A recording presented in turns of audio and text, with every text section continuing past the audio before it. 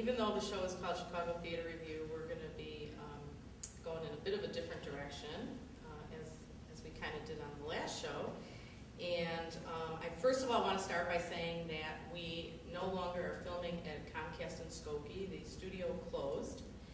And so my friend, Paul Sherman, who you're going to meet in a few minutes, he was gracious enough to let us use his studio, which he's a photographer, and we're going to kind of take you on a little tour of his studio. He does some great work. We're going to give you all the websites, all the information. So we really appreciate that. It is a holiday weekend, and so I thank you for your time, and I thank my director, Ed, for giving up his time as well on a holiday. So a couple things that I need to say first of all. We have all suffered through like one of the worst winters here. Not one of the worst, because I was a kid when the big snowstorm was in like 19, what was that, 67, 69. Blizzard of 91. And so there have been really bad winters, but this was just kind of a long, drawn-out winter. So now here we are, and it's Memorial Day weekend, and we are all so happy that the weather's warm, and everybody needs to get out and do some fun things. So I'm going to give you a couple things that you can do in the city, and also there will be links to all this on my website as well. My director's smiling at me, he's so sweet. So first of all, at Navy Pier, which we're also going to be filming a show from the Cirque Shanghai. They've asked us to film there. It's at the Skyline stage, and they've been doing it for the last, I don't know how many years, lots of years. It opens next week, and it runs through Labor Day. It's really fun. It's kind of a fun thing, too, to bring like the family out. Tickets are very inexpensive. But if you've ever been to the Skyline stage, there's like flaps, and so everything's sort of open. And if you go on a Wednesday or a Saturday, they time the show so that right when the show is done, you can just head out to the pier and see the fireworks, which are really nice. And if you want, it's a little touristy, but you can kind of hang out on Navy Pier as well. And then if you're into music, you can head up to Highland Park for Ravinia. That's going on. There is a schedule. There's also a link on my website to Ravinia. And we were just looking at that. Who's there? There's A lot of people. A lot of people are there. So, yeah. So check that out. Bring your wine, bring your candles, bring whatever. It's kind of a fun thing. Probably a lot of the pavilion seats are already gone for the shows, but there's always lawn seats. So check that out. And then for all you people who like that whole Renaissance era, you can head up to the Renaissance Fair. That opens at the beginning of July, and it runs every Saturday and Sunday through Labor Day, and that's from 10 to 7, and it is rain or shine. And I can tell you that I have been there in the rain, and it's not that much fun.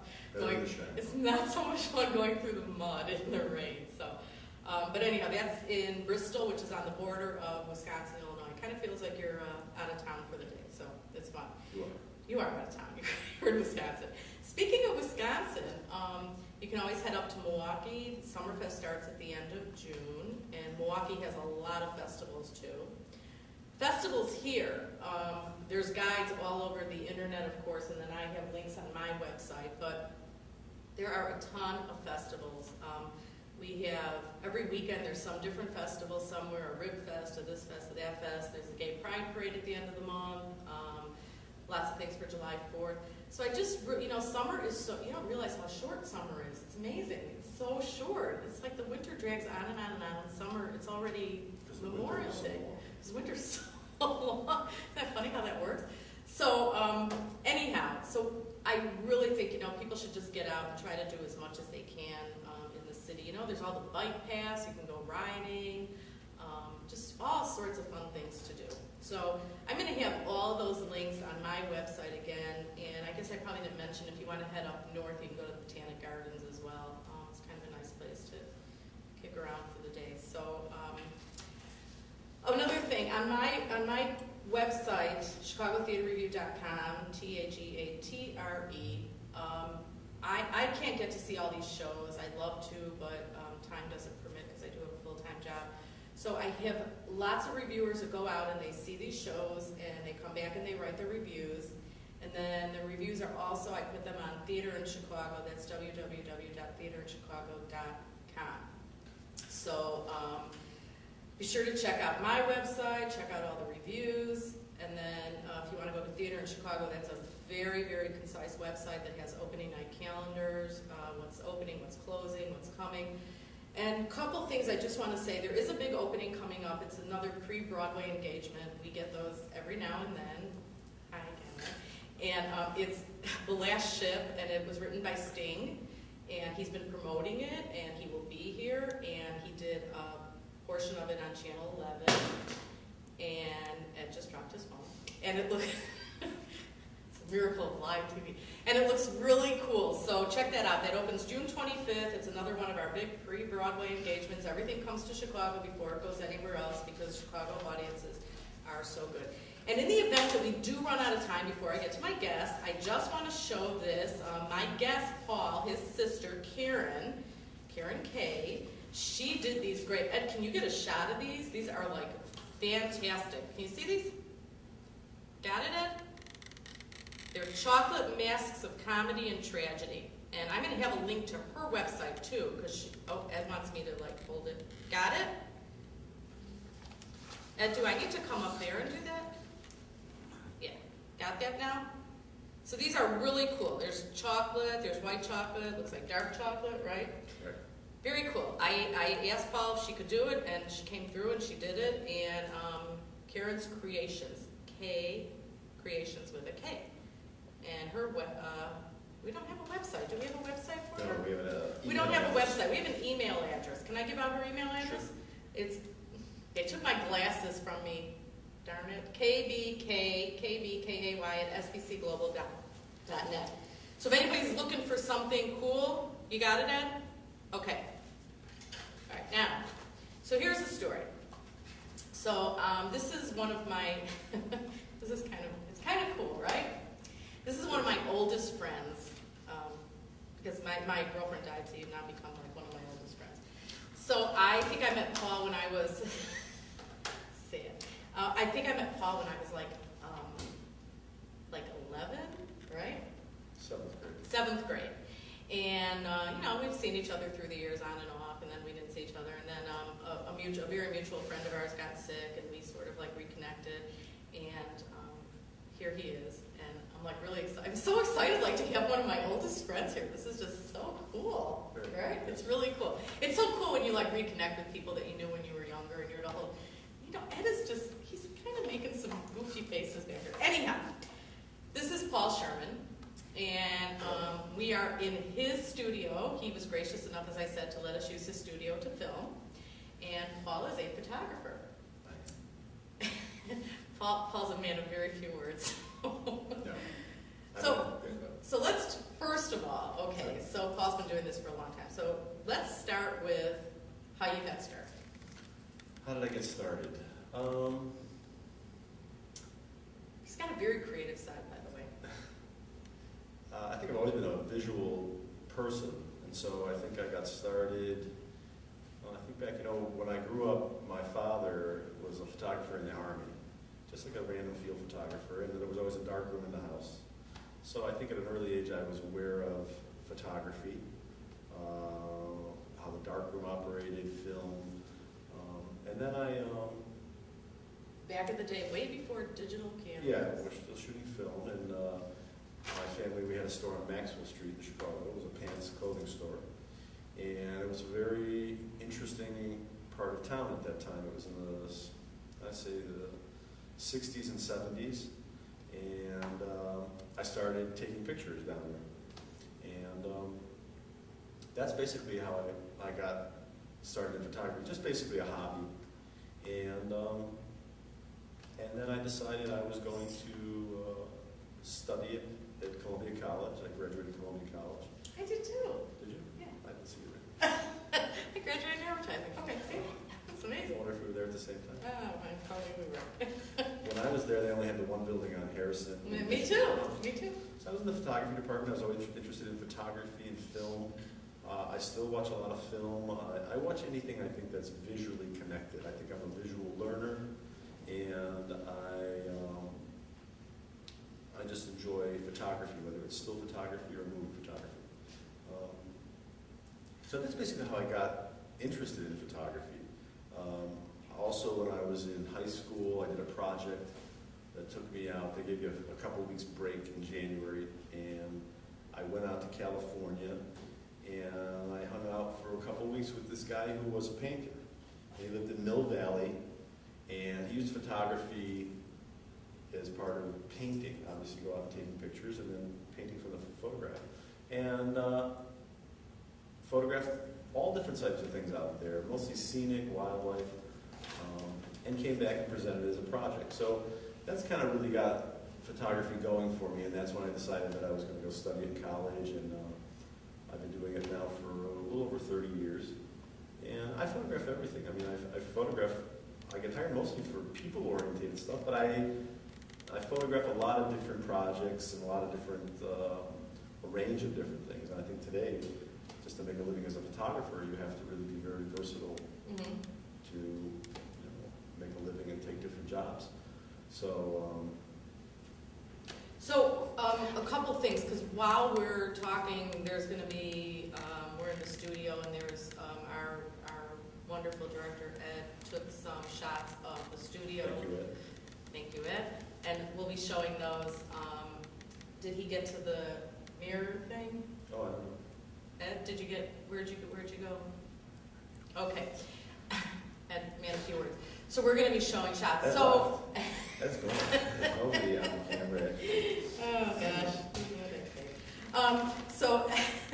So he's got some really cool work here. There's a couple things. First of all, you also have your photography stuff, and then you also have this division called Candid Critters. Yeah, I photographed the past year and a half. I own a pet myself, Charlie, and if you'll see him, he's sleeping. Charlie's a 150-pound dog that's in he's the next room, sleeping. I got involved in shooting animals, pets, people with their pets. I think as a good photographer, I mean, I like to keep a variety. I think that's what keeps my interest in photography, and so it's not always shooting the same thing. Early in my career, I worked in product studios where guys are shooting stuff, product all day long, and probably never shooting outside of work. So for me, I never wanted to get to that point in photography that I was that desensitized to the process that I never wanted to photograph anything else. I don't always carry a camera with me. I try and have access to it. Today, I think everybody has a camera with them.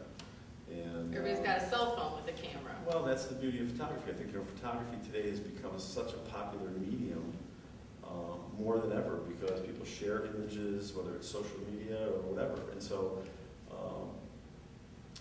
like I said, I think that everybody has access to photography. And the beauty of it is just, freezing time and looking back and freezing motion. I think that when I grew up, my parents always kept photo albums of our lives and whatever their lives were, and it's always interesting to go back and reflect on. It's funny you said that, because I was thinking today, my parents have passed away a long time ago, and all I'm really left with are because my mother was so into taking pictures, are thousands and thousands of pictures. But these pictures evoke images in your, they bring you back to a simpler time. I mean, it's really cool. So I think that, I was thinking that, well, maybe, professional photographers aren't out there as much because of the whole, cell phones and stuff, but we need professional photographers. I mean, that's totally different. It's a very difficult being an artist today, whether you're a photographer, an actor, painter. Photography, yeah, because everybody, like I said, has access to a camera, and everybody thinks they're a photographer, and maybe they are. And so I think for me, the more I photograph, the more I put thought into what I'm looking to photograph. I may specifically go out sometimes just to photograph things. And photographs are out there, you just have to kind of go out and look for them. But that's the beauty of photography, to be able to go back and look at things. I mean, I look at things that I've shot sometimes 20, 30 years ago. I think that's what makes a great photograph, is something that we capture that is timeless. And there is a big difference between a selfie and photographs that you're going to be seeing throughout this show.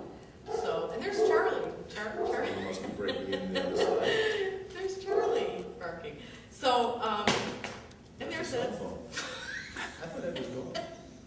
Charlie left his cell phone. And so, Charlie's working the camera. And so here's the thing. So first So, because before time gets away from us, I have to mention, we have more time, but I want to mention your website is shermanphoto.pro, and then your other website is candidcritters.org. So I want to talk a little bit about, can we talk about this hand thing? Sure, we can. Okay, so here's the deal. So, Here's the deal. so when I saw Paul, he had shown me a picture. Can you tell them about the picture, what it was? I meant to have it, but we'll do a little picture of it, so it'll show up on the show. Picture of my father's hand. Yes. About 12 years ago, my father passed away of lung cancer. I was in Florida. I went down there and spent time with him, with my mother, taking care of him. And, you know, photographically, I photographed the event. It was a visual event in itself. And, oh, look who's here. It's a big dog. Here's Charlie. Hey, big dog. What's up, baby? This is Charlie. This is Charlie. Yeah. Charlie, say hi. You're going to be on TV. This is Charlie. Check out Charlie. He's big and he's so sweet. And here's himself. Yeah. That's good. Lay down. Sit down, Charlie. Yeah. So tell us about your dad's hand. So there was a point when I was with him, I photographed his hands, and Shortly before he passed away. It was a very, there were images that I photographed down there that I've only looked at maybe once in 12 years. And, you know, those images for me as a photographer are burned into my mind. I don't necessarily look at pictures to remind me. But anyways, this one photograph was just a beautiful shot of his hands on a pillow. And just put that picture away, and I showed it to Gail, and we talked about it because, you know, sometimes for me, I like to get involved in projects, or I like to shoot cohesive bodies of work. You know, I mean, besides photographing single images, sometimes I like to present it as a project. And this project kind of stemmed doing portraits of people's hands, I guess. Well, so here's the other thing. So he showed it to me. I guess, like he said, he put it away and he showed it to me, and I thought, oh my God, you know, I'm a nurse by day. I do this on the side, but I'm a nurse. And I thought, wow, that's a really cool thing. Like, you know, maybe like people would want a picture of their loved one's hands. You know, you obviously don't want to see someoe's face when they're very ill, but hands can tell a lot. You know, those are the hands that raised you. Those are the hands that, thank you, Ed. Those are the hands that, Ed's hands. Ed's hands are nice. Those are the hands that, like, you know, that did everything when you were growing up. And so I thought, wow, this is really cool. So I contacted a friend of mine who's a social worker. This is just interesting. This is how things are born. This is how ideas are born. Even though, you know, we think that everything's been done, I contacted my friend who's a social worker, and I said, you know, what do you think of this idea? And he took it to some chaplains, and he took it to some people, not necessarily hospice, but just elderly people that are sick, plus just elderly people. And they all thought that it was a great idea. So while I thought originally it was a good idea, you know, you get some feedback and you're like, wow, this is really cool. So I'm hoping we can show a picture of this. So anyhow, it's sort of turning into this whole hand thing, but I think that it's a really, you didn't think about that, right?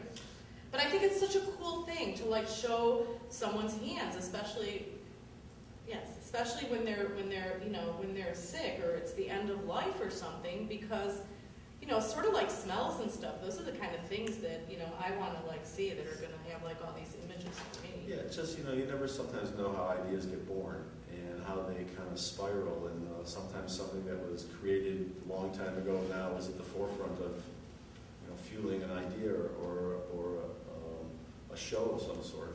For me, I kind of envision these things as a final project, and so starting to obviously photographs of friends, hands of all my friends, and you know, kind of see where it goes. Like I said, a lot of photography for me is just keeping my interest in it. I think if you're a good photographer, you have a good eye, you should be able to photograph anything. You know, we're great photographers, it's your people skills. For me, I photograph a lot of people, actors, musicians, and so on. And so a lot of it is direction with people in front of the camera, having them feel comfortable, getting the best out of them. And so that's what I think. Is it hard to work with animals, like as hard as it is to work with kids? Well, kids are great because kids are, you know, very funny in front of the camera. You know, they don't have all these inhibitions I think that you develop as an adult. Dogs are great, you know. And cats, you have a way with animals. Well, I think that animals know when you're a good person, and I think that, you know, it's just such an important part of people's lives, having a pet and having a photograph. And those, right, having a photograph, and again, we go back to the hands because it's like, you know, I would love, I mean, I was thinking, my parents are gone now, but God, I don't need all these pictures of their faces, but I would have loved to have had a picture of their hands, because I just think hands tell a great story, so. Yeah, it was, like I said, it was just a beautiful moment. Sometimes, when you take these pictures, you don't know what you're going to do with them. You know what I mean? And like you said, they kind of get tucked away, and then all of a sudden they come out. And as a photographer, you accumulate thousands of images, especially today digitally, Right. where you can shoot and delete and not have all the costs and processing to film some of it. So, And I think and let me say one thing too. I don't know if this is a curse that you were born with or what, but it's hard sometimes to be a very creative person, if that's what you are in life, because you really have to foster that creative side. And as long as I've known you, you always have been a very creative person. well, I think there's a lot of creative people in the world. So I think that, I appreciate that, but I also look at, there are so many creative people and so many. But I don't know all of them. Neither do I, but that's what's important, to pay attention to other creative people, whether they're actors, musicians, photographers. Look at their work and internet, and Yes. network with them. Yes. So that's how you get. And so while this is called Chicago Theater Review, it also encompasses anything cultural, anything with the arts, and this is why you are sitting here today. You are going to see these pictures throughout the interview, but I encourage you to go to his website, which is shermanphoto.pro. If you go to my website, chicagotheaterreview.com, there is also a link to his website on mine. I just link lots of people to my website because I think it's really important. She's a linker. And I am a linker, and I'll be linking also his sister because, again, I think these chocolates are great. And we're going to try to work on this hand thing. So, send me an email if anybody wants their hands photographed. Frank and Gail at chicagotheaterreview.com, or you can email You can Paul reach as me through well. my You can website. reach him through his website. Oh, the rooms. So there's a bunch of different rooms here that we photographed beforehand. And we're going to try to let you know exactly what these rooms are, but I guess they're going to be, my director is just silly today. I guess they're going to be coming up. Tell them now. I have to look at them, okay? They are going to be part of the interview. I didn't go to all the rooms, okay? There's a whole I'll bunch. tell you about my studio real quick. It's just a building Thank you. found. It's on the north side. It's a over near cool Elston. building. I converted it into my home and my workspace. It's a loft type space, 4,200 square feet. I live and I work here, and it's very cool. It's a very cool. Functional. It's really cool. That's why I asked him if we could film here. I play guitar. Oh, he's got a whole. Oh, yes. By the way, yeah, I started guitar lessons too, but he plays the guitar. He's got a whole room full. Did you shoot those guitars? He did. There's a whole room of like a whole bunch of guitars hanging up. Paul kind of does a lot of different things. Yeah, that's very good. He's an interesting person. I want to say a couple of things, first of all. Again, I want you to go to his website, but one of the things I have to say is that in the last year, I lost one of my oldest and closest friends, and just recently, Paul lost one of his oldest and closest friends, and we were all friends growing up. Yes. And we all kind of hung together. And so I want to dedicate this show to Jay Oppenheimer, who, by the way, was one of Paul's closest friends and my prom date. Maybe we can get a picture of that up there as well. And my oldest friend, Marla Minuskin. And they will forever be in our hearts. Always. And again, I also want to say thank you because it's a holiday weekend. I want to thank Ed. Thank you, Ed. For filming on Memorial Day weekend. It was really nice. Paul, we're going to have shots of all your stuff, and please be sure, if you're looking for a photographer, please be sure to contact Paul. His studio space is great, by the way. I wish everybody could be sitting in here seeing this. It's really cool. And again, peace, brother. Just give me a peace sign. Okay, I'm cool. And so it's shermanphoto.pro, candidcritters.org, and maybe soon enough there will be like a hand something, dot something. Yes, I'll start to post some stuff. I'm accumulating the images now. But again, if you would like to have your hands done, Or your face. or anything, please be sure to go to his website. or go to my website where there'll be a link to his website. And again, I'm just going to show these once more that were done by his sister. She spent, I'm going to eat those later, of course I am. These wonderful masks of comedy and tragedy. And again, I'm going to have a link to her website. So, Paul. Yes. I really want to thank you for the use of your studio. My pleasure. I really want to thank you for coming on and talking about your stuff. Appreciate you asking. And again, and for all my theater people out there too, you know, if any of the theaters are looking for people to film things, I photograph a lot of action. to do photographs, headshots, you know, any stills of any of the plays or anything, please be sure to contact him or go through me, and we'll make sure that he gets the email. His work is good. You'll see it as we go along. Ed has kind of given me this like thingy here, so. I haven't seen the movie too. I think so. I don't know. So again, I want to thank Read the you. book of hand signs before we did this. I know. Ed just This has, is like- Ed has these like strange hand signs. How do you work for the airport? Ed is by the way, Ed is like, I got so lucky when I found Ed. He's like a dream director. He's very accommodating and he's been wonderful. And again, we'll be doing a show from the Cirque Shanghai. And thank you again for your time. Thank you for asking. And please be sure to go to all these different websites. And we will see you, I guess, at Navy Pier in a couple weeks from Cirque Shanghai. So Chicago Theater Review, I'm Gail, this is Paul. Okay. And thank you so much for watching and have a safe and happy holiday.